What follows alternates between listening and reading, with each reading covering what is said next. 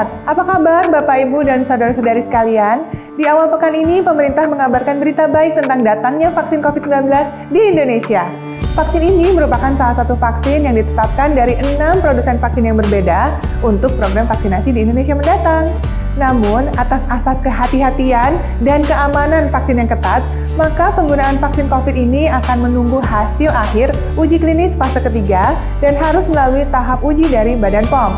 Kepala Badan POM, Dr. Penny Lukito, juga sudah menegaskan bahwa izin penggunaan darurat akan diberikan dengan tetap mengedepankan prinsip keamanan dan khasiat yang terbukti efektif membangun kekebalan tubuh terhadap virus SARS-CoV-2 penyebab COVID-19. Para anggota kabinet juga telah menegaskan bahwa kedatangan vaksin ini penting sebagai salah satu upaya persiapan kegiatan vaksinasi masif nanti. Tempat penyimpanan vaksin yang bersuhu dingin, tenaga vaksinator, sampai dengan penerapan teknologi tinggi untuk mengawasi distribusi vaksin ini sampai ke seluruh Indonesia, agar dipastikan semua akan siap sebelum program vaksinasi dimulai secara bertahap. Nah, saat vaksin siap, mereka yang sudah masuk daftar penerima akan mulai dapat divaksin. Sebagai tahap pertama, vaksin akan diberikan kepada pekerja dengan resiko tinggi terhadap COVID-19, yaitu para tenaga kesehatan dan aparat yang membantu proses penelusuran, pengujian, dan perawatan pasien COVID-19. Sebagai lini pertahanan terakhir, tentu mereka harus dilindungi segera. Kemudian, bagi seluruh masyarakat yang nantinya juga akan divaksin secara bertahap, yuk, mari kita turut mensukseskan program vaksinasi COVID-19.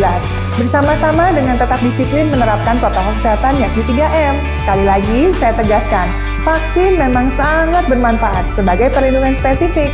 Tapi ingat, vaksin bukan satu-satunya cara pencegahan. Baris terdepan pencegahan penularan COVID-19 adalah kita, masyarakat Indonesia.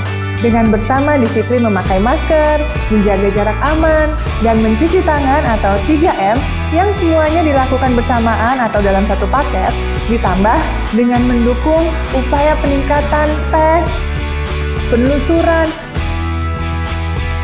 tindak lanjut pengobatan atau 3T, ini terbukti ampuh. Dengan demikian, semakin yakin kita bisa segera taklukkan virus penyebab COVID-19 ini dan menghentikan pandemi ini. Ingat, jangan longgar dan jangan lengah. Mari kita bisa lihat data berikut ini. Ada kecenderungan penerapan 3M mulai kendur, bahkan longgar. Akhirnya, banyak terjadi penambahan jumlah kasus, terutama sejak bulan November hingga pekan pertama bulan Desember.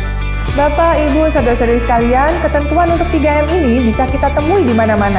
Gedung, pasar, kantor, sudah terpampang jelas lengkap dengan menyediakan fasilitas cuci tangan, sampai tanda untuk jaga jarak.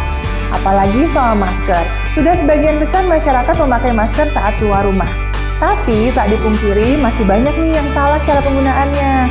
Makanya pakai masker harus tepat ya. Selain pakai masker, juga soal jaga jarak nih.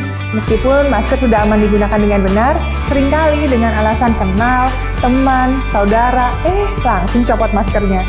Nah, sekalipun dengan memakai masker, apalagi saat kita berada di kerumunan, resiko tertular tetap ada ya.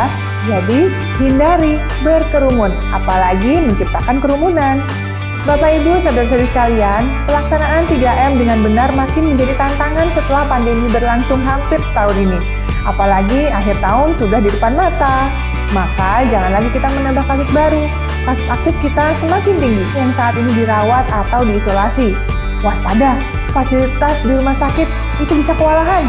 Tenaga medis bisa kelabakan. Dan prestasi kita menyembuhkan pasien akan dipertaruhkan. Kita harus putus penularan COVID-19 sekarang juga. Para ahli juga sudah mulai khawatir dampak panjang COVID di dalam tubuh orang yang tertular. Meski sembuh, ternyata dampak terhadap kesehatan si penderita bisa jadi bertahan lama. Ada loh fenomena yang disebut dengan kondisi long COVID. Tentu saja kita semua berharap vaksin dapat menurunkan kesakitan dan kematian dan efektif membangun kekebalan khusus terhadap virus ini. Namun, sekalipun vaksin ada, sekali lagi, 3M lah tameng yang utama. Lindungi diri, lindungi keluarga, lindungi sesama. Indonesia, kita pasti bisa. Salam sehat dari saya, sampai jumpa.